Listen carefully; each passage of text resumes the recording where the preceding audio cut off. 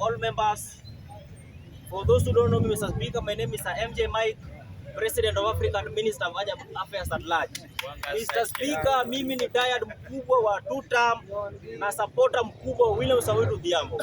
Mimi nikienda mbio kwa hii mada ya South Africa apartheid, mimi nataka kusema ya kwamba hivi, nyinyi watu wa South Africa hamwezi kututishia uoga, kwa sababu hata hapa Kenya kuna watu wa South Africa wako hapa. Naona kama mlifukuza watu wa Nigeria, hata sisi hatutaki kuona hapa hivi. Even tomorrow is late, we should move in Kenya with immediate effect. Mimi nataka kuambia hivi, William Samoei Ruto au ma foreigners wenye kama wazungu au wa Kongo wa India wanakuja hapa, hata wanafanya tupati kazi. Mimi kama Sir MJ Mike, mimi nataka kusema hivi, William Samoei Ruto au ma foreigners inafai watoke, na sisi hatutaki kuona hapa hivi, kwa sababu hatuwezi kuwa ruled by hawa ma foreigners. For long time sisi independent, wazungu wametubeba kiufala, na sisi hatuwezi kukubali. Mimi nataka kusema ya kwamba William Samoei Ruto au ma foreigners wote watoke, hata sisi tubaki hapo. Hii Kenya yetu, hii Kenya ni yetu, kwa sababu hao watu wengine pia tukienda huko wanatunyanyasa. Na mimi nataka kusema hivi, Mr. William Samoei Ruto, inafaa uchukue hatua ili utoe watu hivi.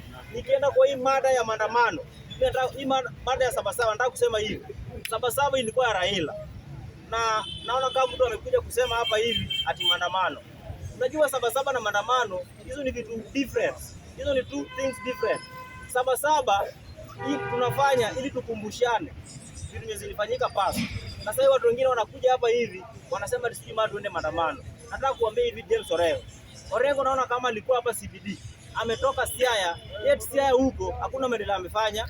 Anakuja hapa kwa hapa Nairobi, anakuja kufanya maandamano na anatumia vijana. Ati anaambia vijana waende maandamano. Sisi maandamano hatuwezi enda, kwa sababu baba Raila Amolo Odinga ndiye alikuwa baba wa maandamano. Yeye alikuwa anaweza tuambia tutoke na tuende maandamano. Sisi sasa maandamano wadagi, maandamano hatuwezi enda. Na mimi naambia Mkenya yote mwenye akona akili timamu, kwa sababu saa hii William Samoei Ruto anafanya kazi. Mimi kama Sir MJ Mike, ukiangalia huko Luo Nyanza, William Samoei Ruto anafanya kazi. Saa hii ukiangalia Mount Lironi Summit inafanywa, contractor wa on site.